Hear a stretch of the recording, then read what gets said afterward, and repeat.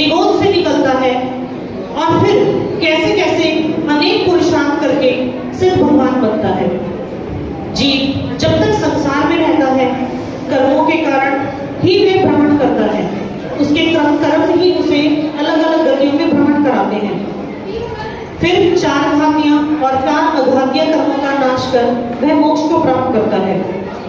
आज हम इस कार्यक्रम में आशा करते हैं कि आप सब भी इस कार्यक्रम को देखकर अपने जीवन में कुछ ऐसा पुरुषार्थ करें कि आप भी सिद्धत्व को प्राप्त कर पाएं। ऐसी हम सबकी भावना है। तो आइए शुरू करते हैं। बोलिए सिद्ध भगवान की जय।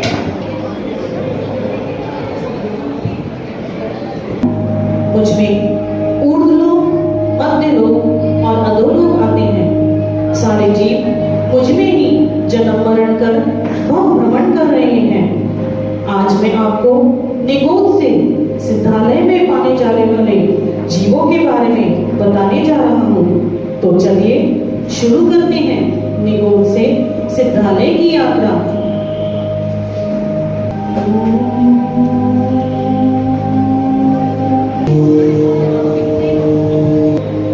हम निगोदिया जीव हैं। साधारण नामकरण के उदय से हमें यह शरीर मिला है। हम एक इंद्रिय जीव अक्षर के अनंत भाग का ज्ञान रखने वाले संपूर्ण लोक में ठसाठस भरे हुए हैं। हम नित्य निगोदिया जीव हैं। हम यहाँ इस गति में अनंत काल से जन्म मरण कर रहे हैं तथा अन्य पर्याय धारण नहीं कर पाए हैं। हमारी आयु अंतर्मुहूर्त है, अर्थात एक सांस में 18 बार जन्म मरण का दुख सहन कर रहे हैं। हम इतर निगोदी जीव हैं। हम यहाँ इस निगोद गति से निकलकर त्रस्त और स्थावर पर्याय में जन्म लेते हैं। हम में से कुछ अपनी आत्मा का हित नहीं कर पाने के कारण पुनः निगोद में ही जन्म लेते हैं, किंतु कुछ मनुष्य बनकर 8 वर्ष अंतर्मुहूर्त में मोक्ष भी प्राप्त कर सकते हैं। हम में से प्रत्येक 6 माह 8 समय में 608 जीव निकलकर त्रस्त या स्थावर में जन्म लेता है।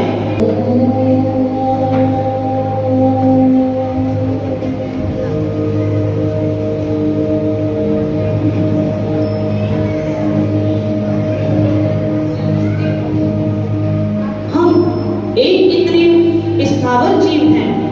स्थावर नामकरण के उदय से हमारा जन्म इस गति में हुआ है। हम साधारण गुण स्थानवर्ती मिथ्या दृष्टि जीव थे। अंगोपांग नामक्रम के उदय से हमारे सिर्फ स्पर्शन इंद्रियां होती हैं। हम में 5 प्रकार के जीव हैं। मैं मोती के समान आकार वाला जल का एक जीव हूँ। जल ही मेरा शरीर है। जैसे पानी, ओला, ओस, बर्फ, भाप आदि। मैं मसूर के समान आकार वाला पृथ्वी का एक जीव हूँ। पृथ्वी ही मेरा शरीर है। जैसे पहाड़, जमीन, मिट्टी, हीरे, मूंगे, रत्न आदि। मैं पताका के समान आकार वाला वायु का एक जीव हूँ। वायु ही मेरा शरीर है। जैसे हवा। मैं सुई की नोक के आकार वाला अग्नि का एक जीव हूँ। अग्नि ही मेरा शरीर है। मुझसे सब जल जाते हैं। मैं अनेक आकार वाला वनस्पति का एक जीव हूँ। वनस्पति ही मेरा शरीर है। जैसे पेड़ पौधे, हरी सब्जियां, फल, अनाज आदि।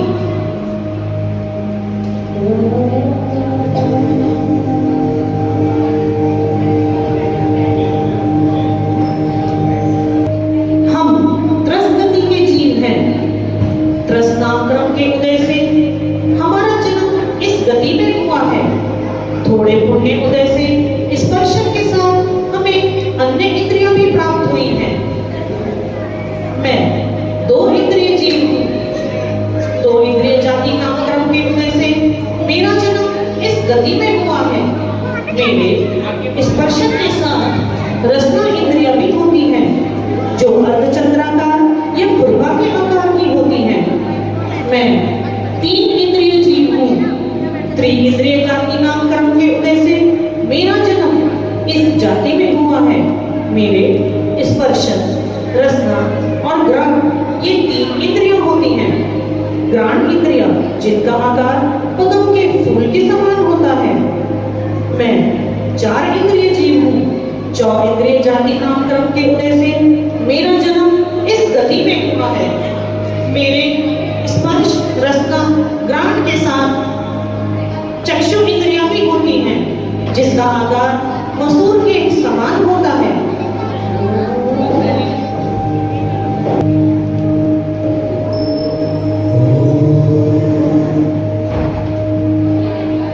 हम पंचेंद्रिय जीव हैं। पंचेंद्रिय नामकरण के उदय से हमें पांचों इंद्रियां प्राप्त होती हैं। स्पर्श, रसना, घ्राण, चक्षु और कर्ण। कर्ण इंद्रियां जिनका आकार यज्ञ नली के समान होता है।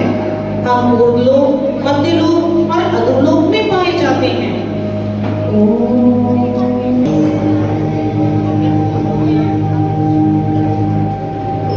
हम तिर्यंच हैं। तिर्यंच नामकरण के उदय से हमें ये गति प्राप्त होती है। हमें मन, वचन, काय की कुटिलता पाई जाती है। वे जीव जो मन में कुटिलता रखते हैं, दूसरों के प्रति ईर्ष्या भाव रखते हैं, जो मायाचारी करते हैं, वे सभी तिर्यंच गति का बंध करते हैं। तिर्यंच भोग भूमि, कुभोग भूमि या कर्म भूमि में पाए जाते हैं। मैं भोग भूमि का तिर्यंच हूँ। मैं शाकाहारी एवं संगी पंचेंद्रिय होता हूँ। मुझे कोई दुख नहीं होता। मैं कुभोग भूमि का तिर्यंच हूँ। मुझे भी कोई दुख नहीं होता। जो मिथ्या दृष्टि जीव होते हैं, जिनका तन मायाचारी सहित होता है, वे सभी कुभोग भूमि में तिर्यंच गति को प्राप्त करते हैं। हमारा शरीर विकृत होता है। हमारे मनुष्य का सिर और तिर्यंच का शरीर होता है, या तिर्यंच का सिर मनुष्य का शरीर होता है। हम भी संगी पंचेंद्रिय होते हैं। हम मिट्टी खाते हैं। कुपात्रों को आहार दान आदि देने के कारण हमारा जन्म यहाँ इस गति में होता है। मैं कर्म भूमि का तिर्यंच हूँ। मैं 1 से 5 इंद्रिय हो सकता हूँ। मैं असंगी संगी पंचेंद्रिय हो सकता हूँ। मुझे बहुत दुख होते हैं। बद्ध, बंधन, छेदन, भेदन, मनुष्य द्वारा बांधा जाना, भूखा प्यासा रहना, ताकतवर द्वारा भक्षण किया जाना, जीवन की रक्षा करते हुए इधर उधर भटकना, ये सभी दुख मुझे झेलने पड़ते हैं।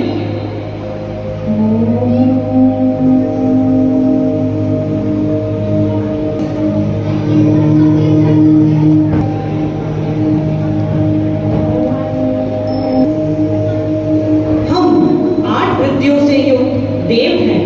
देवगति नामकरण के उदय से विभिन्न विभूतियों के साथ हमारा जन्म इस गति में होता है।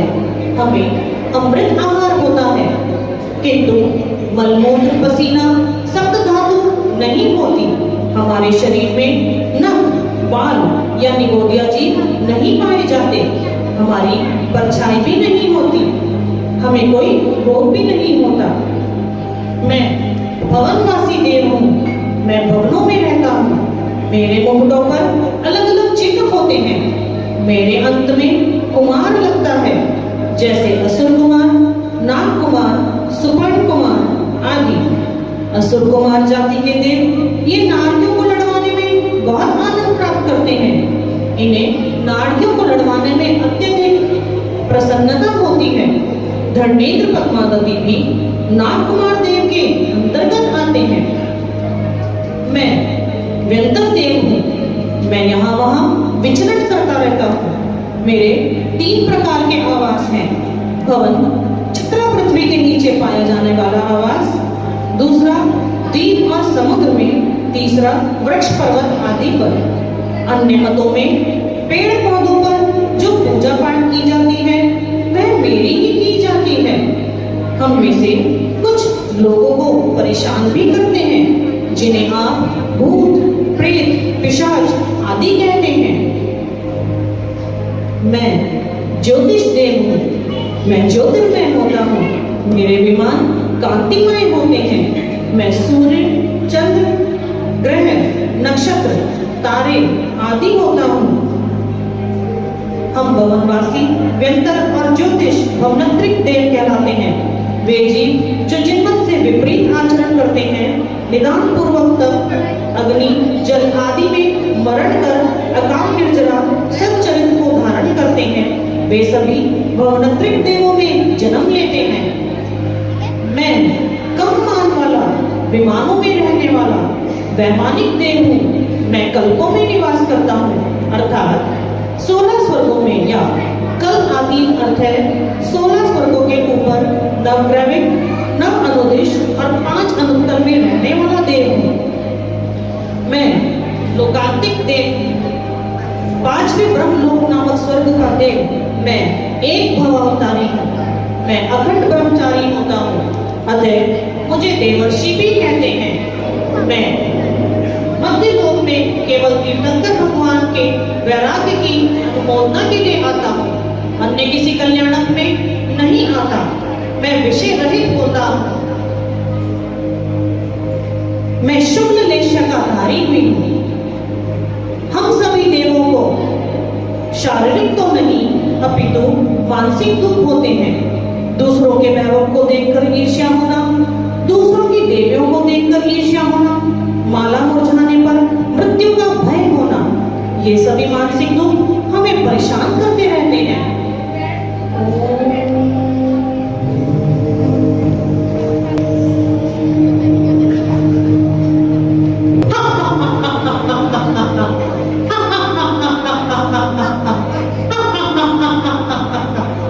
हम नरक गति में रहने वाले नाग के जीव हैं। हम अधोलोक में 7 पृथ्वियों पर पाए जाने वाले बिलों में रहते हैं। हम में आपस में प्रीति स्नेह नहीं होती। हमारा शरीर टेढ़ा मेढ़ा, डरावना, धुएं के रंग वाला, दुर्गंध युक्त, पैंक्रेन, खून, पीप, मांस युक्त होता है। हम नपुंसक वेद के होते हैं, अर्थात ना स्त्री ना पुरुष।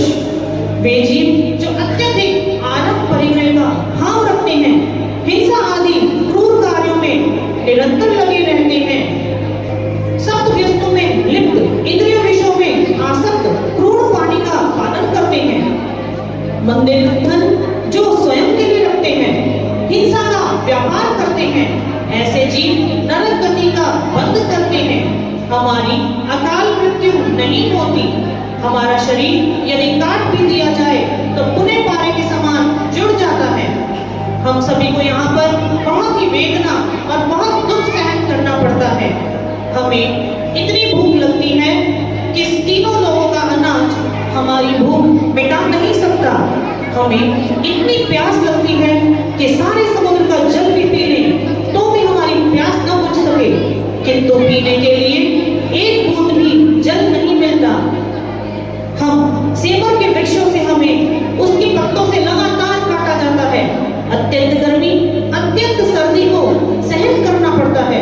देवों द्वारा लड़ाया जाता है। हम में 4 प्रकार के दुख होते हैं: शारीरिक, क्षेत्रकृत, असुरकृत और मानसिक दुख।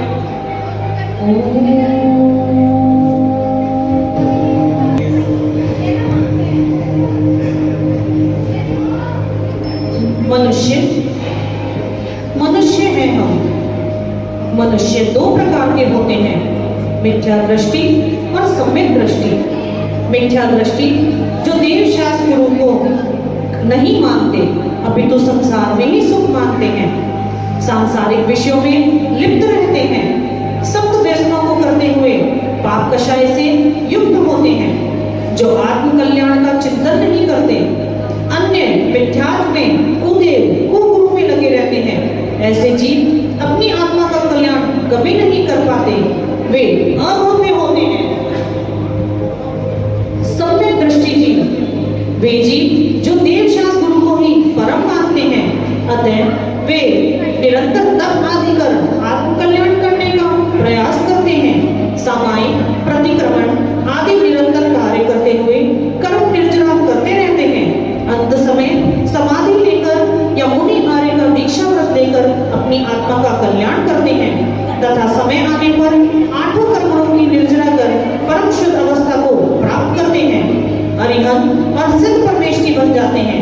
इनमें से कुछ महापुरुष, तीर्थंकर और 63 शलाका पुरुष बनते हैं।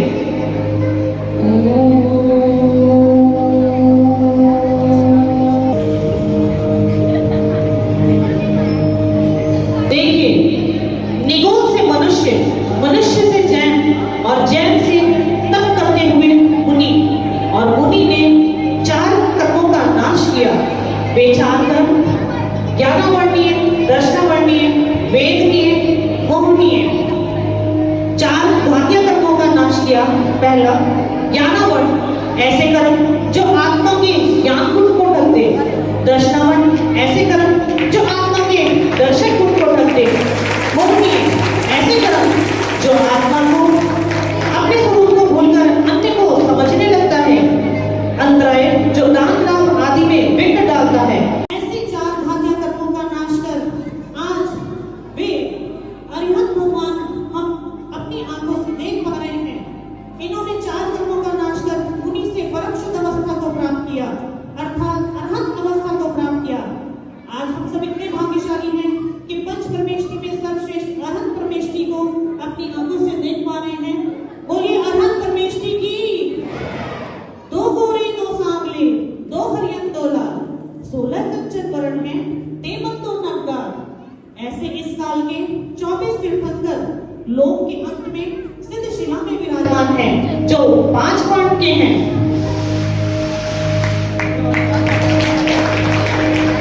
सिद्ध शिला में सिद्ध भगवान विराजमान हैं। अंतिम चरण पर हम पहुंच चुके हैं। सिद्ध शिला यह ऊर्ध्व लोक का अंतिम भाग है। अभी हमने अरहंत भगवान के दर्शन किए। इसके बाद सबसे परम अवस्था है सिद्ध भगवान, जो अरहंत भगवान 4 भाग्यों का कर्म नाश करते हैं। उसके बाद 4 अभाग्य कर्मों का नाश करके सिद्ध को प्राप्त करते हैं। अभाग्य कर्म है वेदनीय, ऐसे कर्म जो आत्मा को सुख दुख देता है। आयु, जो जीव को नरक, तिर्यक और मनुष्य देव में से किसी एक शरीर में रोके रखता है। नाम, जिससे शरीर और अंग की रचना होती है, और बोध, जिससे देव उच्च तथा नीच कुल में पैदा होता है। सिद्ध शिला ऊर्ध्व लोक का अंतिम भाग है। इसके ऊपर धर्म द्रव्य नहीं पाया जाता, अतः वहां कोई जीव नहीं होता। देखिए सिद्ध शिला सिद्धों से ठसाठस भरी हुई है। अनंत काल से अनंतानंत वह आत्मा जिन्होंने कर्मों का नाश किया, सिद्धत्व को प्राप्त किया, सिद्ध शिला में विराजमान है। ये अशरीरी, अस्पर्शी होते हैं, जो आत्मा में ही लीन होते हैं। इनके सुख की परिकल्पना करना भी संभव नहीं। अनंत सुखों के धारी ऐसे सिद्ध परमेष्टि को हम सबका नमन है, नमन है।